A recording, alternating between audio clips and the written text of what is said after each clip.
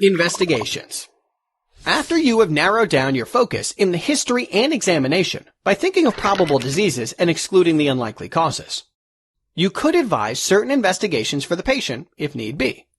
Remember, it is good clinical practice to avoid unnecessary investigations.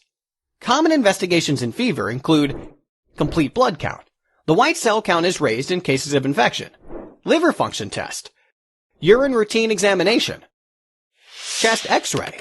Some diseases are common in certain areas, so investigations for them could be included. In other words, PPD test for tuberculosis and viral antibodies for hepatitis.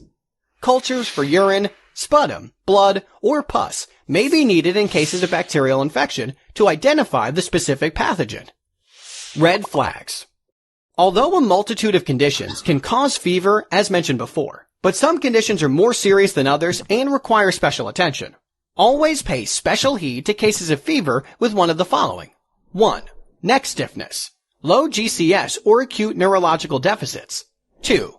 Severe chest pain. 3. Rapid weight loss. 4. Patient with toxic look. 5. Respiratory distress. 6. History of any recent surgical procedure. 7. Patient who is immunocompromised. 8. High-risk behavior, including drugs and sexual promiscuity.